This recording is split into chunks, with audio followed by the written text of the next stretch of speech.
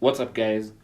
In this video, I'll be showing you how to lock your S22 Ultra's display to 60Hz and turn off that adaptive refresh rate that goes all the way to 120Hz.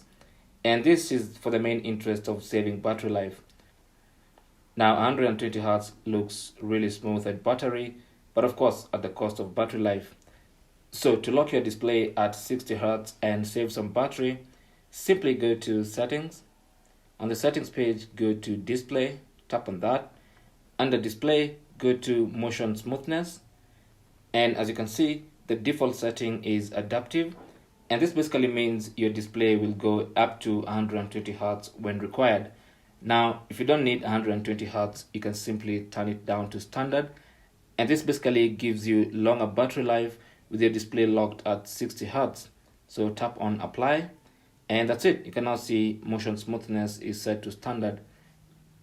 And now your display has been locked to 60Hz, which looks okay to me. Thanks for watching. Leave your comments and questions down below. Don't forget to share and subscribe, and good luck.